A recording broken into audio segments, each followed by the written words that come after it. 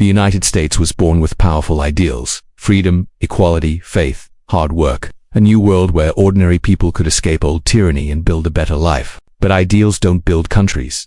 Ideals are like clouds. They promise rain, but you can't drink a cloud. To turn ideals into reality, you need a mechanism, a system, a machine that converts belief into power. Most people think politics changes because leaders change their minds or because a country learns a lesson.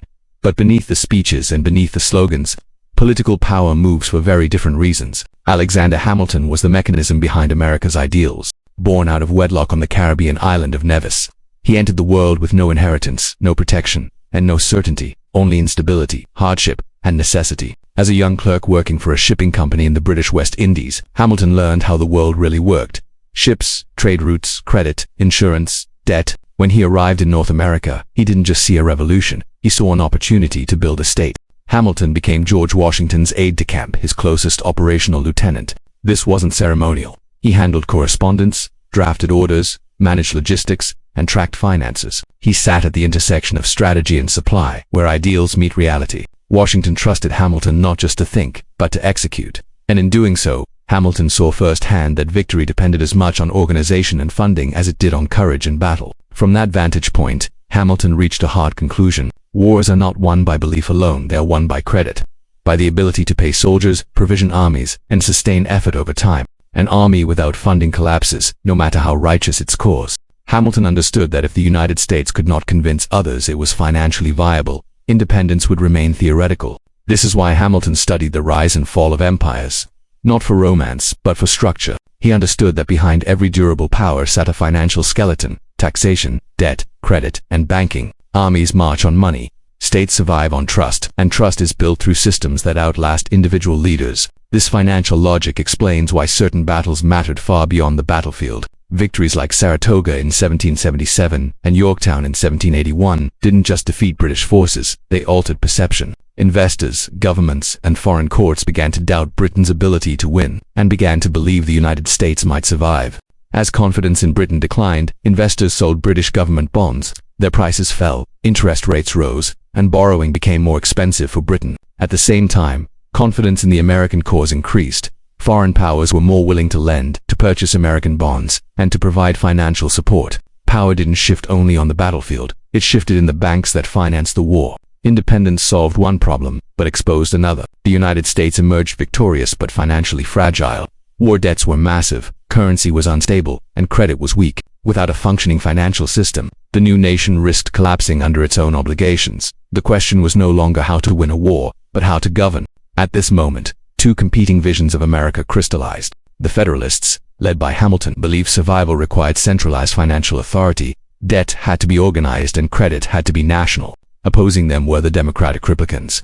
Figures like Jefferson and Madison, who feared that such systems would recreate the very aristocracy America had escaped. One side prioritized stability through structure and centralized power in government and banks.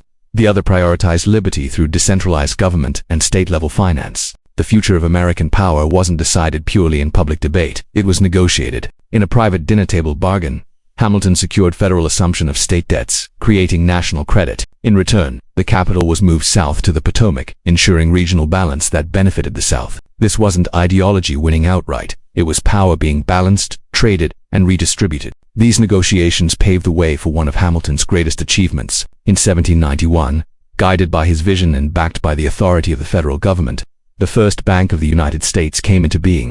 On paper it looked like a financial institution, but in reality it was something much larger. The bank stabilized national credit, managed government funds, issued a uniform currency, and acted as the federal government's fiscal agent. In practical terms, it tied the power of the state to the machinery of finance.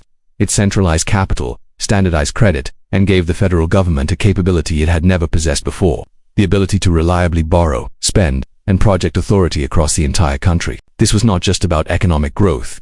It was about maintaining national power and using that power to organize multiple states into a single, functioning system. Power over currency, power over credit, power over the rules that governed participation in the economy. The bank didn't just support the government, it embedded financial power inside it. Over time, the first bank stopped being judged only by what it did. It began to be judged by what it represented. In the years after the revolution, the bank had been tolerated, even supported, because it addressed real instability. Debt was high, credit was weak, and the nation was fragile. But peace changes how power is perceived. Once the immediate crisis passed, a system built for emergency began to feel permanent. Debt, once justified as survival, started to look like a moral burden. Centralized finance, once accepted as necessary, began to feel intrusive, especially to those in the South, far from centers of power. To its supporters in the North, the bank still represented stability, prosperity, and national credibility. But to its critics, it became a symbol of elite influence, centralized authority, and a government drifting away from ordinary life. The bank itself hadn't changed. The conditions that justified it had. As legitimacy eroded, a more personal question surfaced. Who actually benefits from this system? Federalist financial policy tended to favor creditors over debtors. Those with capital connections and proximity to financial centers had easier access to credit. For farmers, small producers, and rural communities, the system often felt distant and unforgiving. Even when the bank stabilized the nation as a whole, many Americans experienced it as something imposed from above, managed by people who did not share their lives, their risks, or their priorities. When people feel governed but not represented, consent begins to weaken. And when consent weakens, power becomes vulnerable.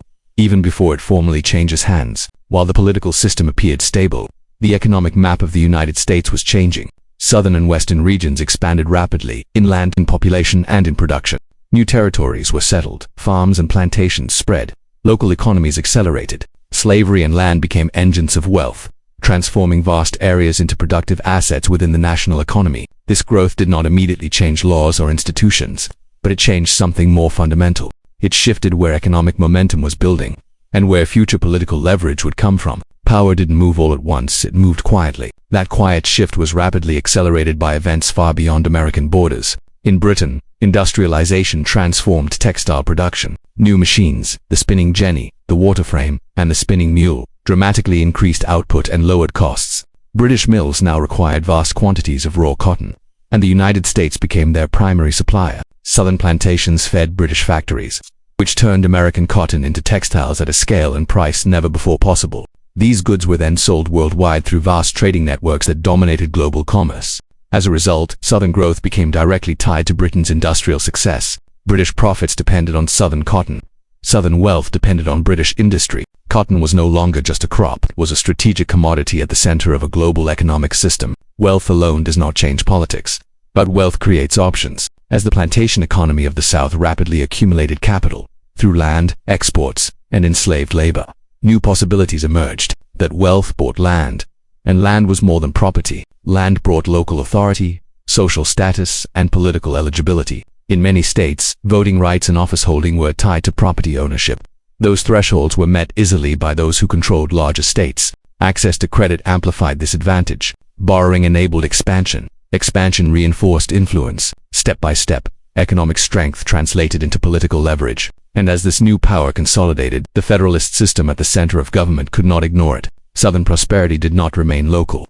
It accumulated into power, power that began to press against the existing order. Economic power alone was not enough. It had to be converted into formal political representation. And this is where the Constitution itself became part of the mechanism. Under the 3/5 compromise, enslaved populations were counted as 3/5 of a person, for the purposes of representation and taxation.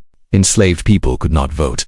They had no political rights, but they were counted. That population count determined seats in the House of Representatives and votes in the Electoral College. As slavery expanded alongside plantation wealth, representation expanded with it. This allowed Southern elites to convert labor they controlled into political power they wielded, increasing influence inside the federal government without expanding the electorate. Power did not move through persuasion alone. It was written into the arithmetic of the state. By the early 19th century, economic influence moved beyond land and representation. It entered the bloodstream of the national economy. Southern exports, especially cotton, became central to American trade. They generated foreign exchange, anchored customs revenue, and tied the United States to global markets. Much of the federal government's income depended on trade, and trade increasingly depended on Southern production. This created leverage. Policies that disrupted Southern exports risked damaging national revenue, foreign relations, and economic stability. As a result, Southern economic interests carried growing weight.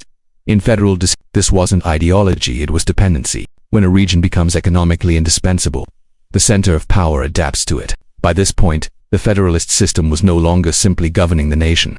It was governing around a new economic reality. As economic power shifted and new interests gained leverage, the Federalists found themselves governing a country that was changing faster than their system could absorb. Opposition newspapers multiplied. Immigration expanded the electorate. Revolutionary unrest in France raised fears of foreign influence and internal disorder. To Federalist leaders, these pressures signaled instability.